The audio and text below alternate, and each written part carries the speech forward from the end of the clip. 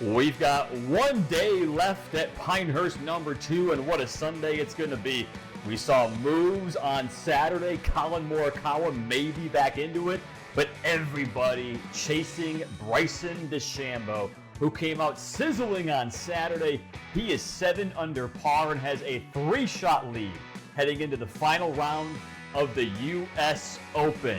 Chris Brees, Will Gray, and Ben Everill are on site at Pinehurst number 2. We're not going to waste anybody's time, gent. I'm going to put the leaderboard up here. You tell me how many of these guys have a chance to win the U.S. Open. 3. The top That's 3 it. guys. The top 3 guys right there on the odds board. Bryson Dechambeau was brilliant today. You got to hand it to him. Really took it to the field. I think 6 birdies. Is that correct? And no one's ever had 7 birdies, by the way, in a U.S. Open round. He went pretty close. Got to say that he took this by the scruff of the neck, and really, it's down to him. If he plays half decent tomorrow, it's his. He'll have a second U.S. Open crown. If he gives the others a sniff, well then Rory, McIlroy, and Patrick Cantlay may be able to hunt him down.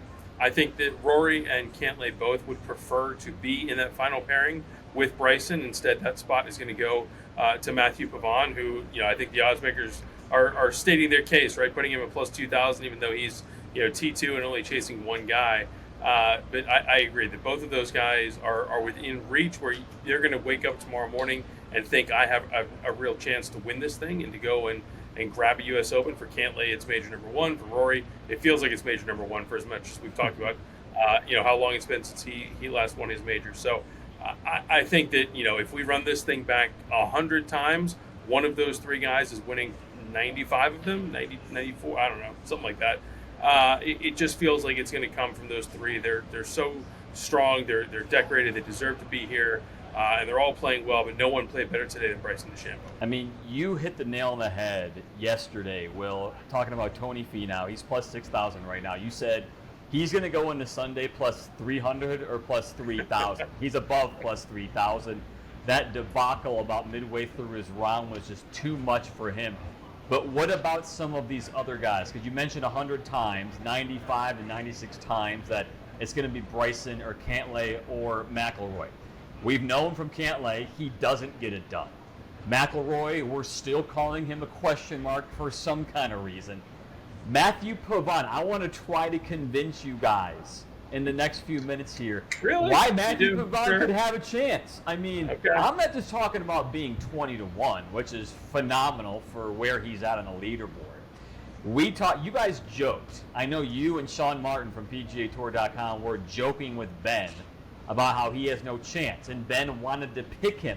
Ben, please just give me an inner monologue here about why you think Pavon might have a chance, because I'm not ready to go and say it's only those 3 guys. Well, I was going to say at the start of the week that Pavon was a great chance for a top 10 or some of those place markets, because his stats line absolutely spoke to being the type that could play well here at Pinehurst number 2. And Will and Sean and the others rightfully sort of suggested that form line had been starting to dip in more recent weeks, and most of the good stats had come from early in the season. We know he won the Farmers Insurance Open, and they talked me out of it. But look, I'll say this. And Will, you can back me up because I know you know these stats. When we were here, almost 20 years ago, a bloke named Michael Campbell from New Zealand won this event here when he was never expected to, despite the fact he was there or thereabouts throughout the week. It's possible that Pavon could be the Michael Campbell.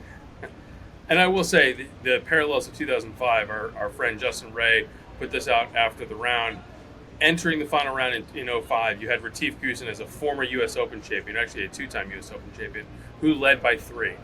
I'm old enough to remember the 2005 U.S. Open, and everyone thought that it's like, why are you even playing the final round? Retief Goosen has solved the U.S. Open. Just give it to him every year. And I don't think he broke 80 that day. And weird things happen. So there's a little bit of precedent for weird things to happen in a final round here at Pinehurst number 2. But again, it goes back to, everything is in Bryson's hands. If he plays like he did today, or even remotely close to it, it's going to be very hard to envision anyone being able to catch him. I want to talk the dynamics. You mentioned the final group. Okay, let's go a couple of ways. If I know McIlroy or Cantlay would have wanted to be there in the final group with Dechambeau to take him on head-to-head essentially feel him out, try to get those incremental birdies on him, apply some pressure. He's got Pavon. If Pavon goes backwards, if Pavon's playing terrible, that can sometimes permeate through a group. Is that worse for DeChambeau or better that he hasn't got Rory? Or He's unflappable. He is. Yeah. Well, I don't know that I would go unflappable, but I do think that he's someone that is, in a great place, it seems, this week, to where he's going to be able to focus on his game, but at the same time be able to also monitor what, specifically Rory and Cantlay are doing behind him. I think if I'm Bryson going out with the lead, those first 6 or 7 holes, I'm looking over my shoulder and I'm trying to see, or I guess looking ahead of you in the group ahead to see what those guys are doing to understand, where the leaderboard stands, because so much of the U.S. Open, and especially one here at Pinehurst, it's chess, not checkers, right? So you got to figure out, as Victor Hovland said, entering the week, you want to be aggressive off the tee, you want to be conservative into the green. Bryson has embraced that to a great extent. But even today, we saw the margins continue to get so thin, where some of these approach shots, it's like, well, your best play is going to be 40 feet that way. It's not going to be 10 feet above the hole where you're still bringing a lot of trouble into play. So, a lot of those decisions are predicated upon what do I need to do? What's everyone else doing around me? And that really just gets crystallized in the final round, and especially on a leaderboard like this, where you feel like there's only a handful of guys that are really within striking distance. The 13th hole today showed that there's disaster out there. It was a double. Basically, we Two ejected triples. we ejected Tony Finau and Ludwig Aubert from the contention right there with their triple bogeys on that hole. If you can make that sort of mistake, if that mistake happens, then all of a sudden it is wide open. Like DeChambeau, though, he knows this. He knows he can just sort of continue to play his game. Look, I'm not wishing ill on anyone, but I hope we do see some fluctuation. I hope we see something happening in that final round so that we can all get excited and see Pinehurst really take its teeth. That's what US Opens are all about. And look, I'm not going to sit here and say that, Pavon has a great chance. I just want to play devil's advocate. Let's throw out Morikawa. Let's throw out Hatton and Matsuyama. You mentioned Oberg, and you mentioned his triple bogey, which derailed his round, which he tried to get back on track. Didn't really do much with it in the last 4 or 5 holes. Are we writing off Oberg just because he's a rookie? I mean, what if this was a couple of years from now and Oberg has figured out how to play big-time golf in these moments? Is it because he's young? Or is it because you just think Bryson's that good and Oberg, no matter how good of a star he could be, is too far back 5 shots?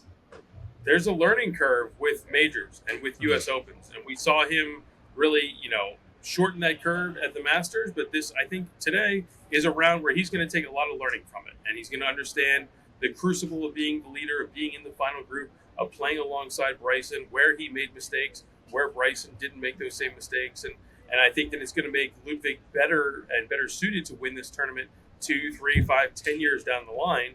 But I don't think it really, allows him to be in a position to win it tomorrow because of everything that's ahead of him in terms of the big names. Where Bryson is, he's 5 shots ahead of Ludwig. If there's a chaos scenario, if we're gonna, hit the 2005 button and you're gonna have the last group combined to shoot about 25 over par, then weird things can happen. And those guys at -2, specifically Hideki and Ludwig, are both in the mix.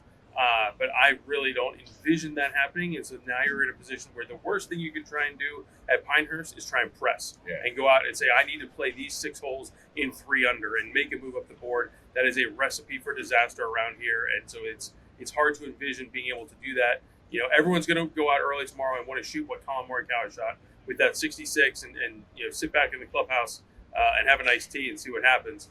Easier said than done around here. I'm going to make an assumption too that the pins are going to be tougher in certain places. We're going to have Sunday pins. So if you're trying to go and make birdies in a US Open, good luck, right? It's only going to get you in trouble. As I said, that's why DeChambeau is in such a strong spot. While he doesn't need to play full defense, he doesn't need to play super offense either. Where the others, they have to find a spot to be on the offense. They have to find something, unless they're going to rely on DeChambeau stuffing everything up. That's their only hope otherwise. Let's play. Yeah, go ahead, Will. Chris, there was one score better than 67 today, right? Yeah. So if Bryson comes out and shoots even, which again, as Ben said, it's easier said than done in the final pairing, in the final round of a U.S. Open. But if Bryson shoots even, all right, come and get me, right? And that's just the state of affairs. it can be done. I think you're far more likely to see Bryson go over par and bring people back in than to have someone shoot a 65 or a 66 from those 4 or 5 guys within range of him.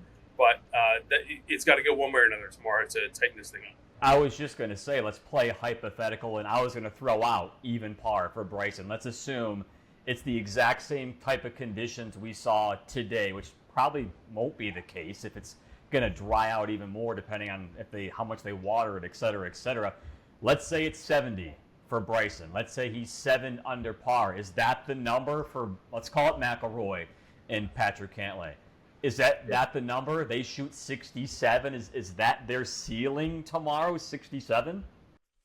Only Rory can do that. I'll take Cantlay. I agree. I don't think he can. If there's a 67 needed, only Rory, and I fear that going for that 67 could make him shoot 74.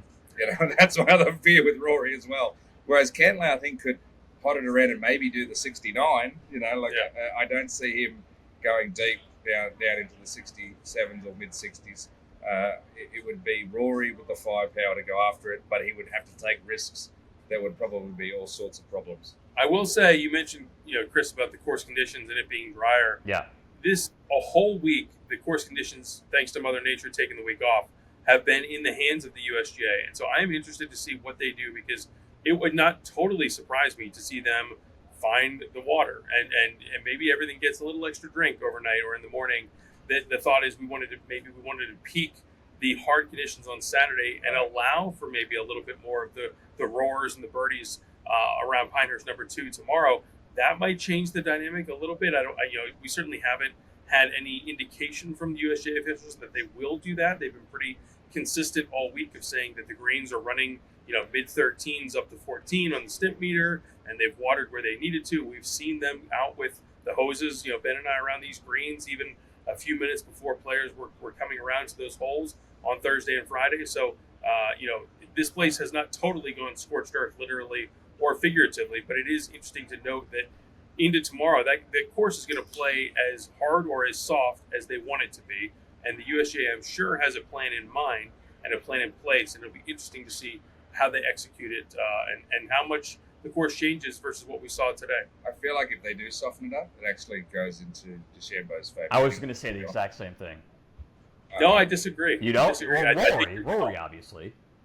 Well, because look, because watering the greens does not take away the native areas. Yeah. And that's where we've seen players struggle. That's where we've seen some of these doubles happen. Yes, we saw the debacles for Finau and Ludwig on 13 were all because the greens were, on a razor thin edge and you're putting into bunkers and things like that. But I think if Bryson is going to come back to the field, it's going to be more off the tee than around the greens. I think that a lot is going to be predicated on how he's driving the ball. We saw him today take a very aggressive approach. It paid off in big ways. He had 96 yards into the 18th hole, among others, that he's just hitting it, in places that other guys really can't, outside of maybe Rory McIlroy. But I think that if you soften the greens, and depending on how frisky you want to get with the pins, now maybe you do bring a 65 or a 66 into play, and maybe it changes the dynamics a little bit that way. Interesting stuff. It's been shades of 2020, the COVID U.S. Open, when Bryson was getting up and down from everywhere. And ironically, Ben, the guy's driving the ball, maybe not so today, but throughout the week, way better than he has really anywhere in his career, no matter where he has played. I mean, it's been impressive stuff. And, I mean, no matter who wins this thing, it's been a fun U.S. Open because of how unpredictable it's been. And the names we didn't expect to be on there stayed on there. I mean, Cantlay's up there, dude. I mean, Cantlay is in the mix. And we've said this for 3 straight days. Cantlay stays there. His number, ironically, is staying the same. He's fluctuating from 7-1 to 9-1. He's 7-1 right now in most markets. I'm very curious to see if Patrick Cantlay is the kind of guy who can finally do it. We saw Xander do it. We've seen so many guys do it. When we didn't say they could, I'm not ready to write off Cantlay for tomorrow. I'm not. Well, for me, it comes down to the early holes for him. Okay. Like, he's got to set a standard of how he's going to play. We know he'll hit an iron off the first tee. He'll probably lace it down there. I want to see his approach. I want to see how he's putting, and it needs to stand up in the moments. You know what? He did bring himself back into it late. When I was ready to eject him earlier in the round at points, he has the talent. So I don't know if he has enough birdies in him to catch Bryson.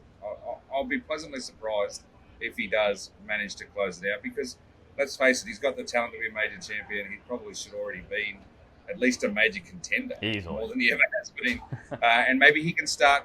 We talked about Max Homa, recent majors, starting to sort of take those steps in major championships. Perhaps this is where we have Patrick Cantlay at least make that start to those steps, so that he starts to contend more often in the big ones. I will say I did not expect him to be able to hold up around and on the greens, especially as well as he did in the first round. 23 putts through his first 18 en route to a 65. I thought he was going to regress in a big way. He did not. He really putted very well today.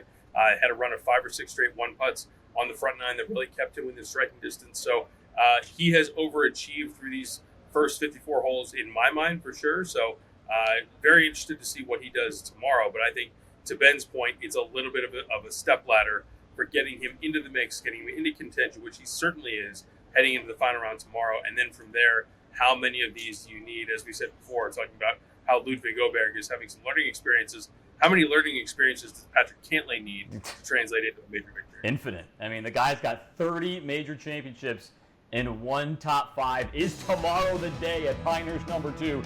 Final round of the U.S. Open. Golfbet will be with you throughout the day on social media as we gear up for a wild finish at the U.S. Open at Pinehurst.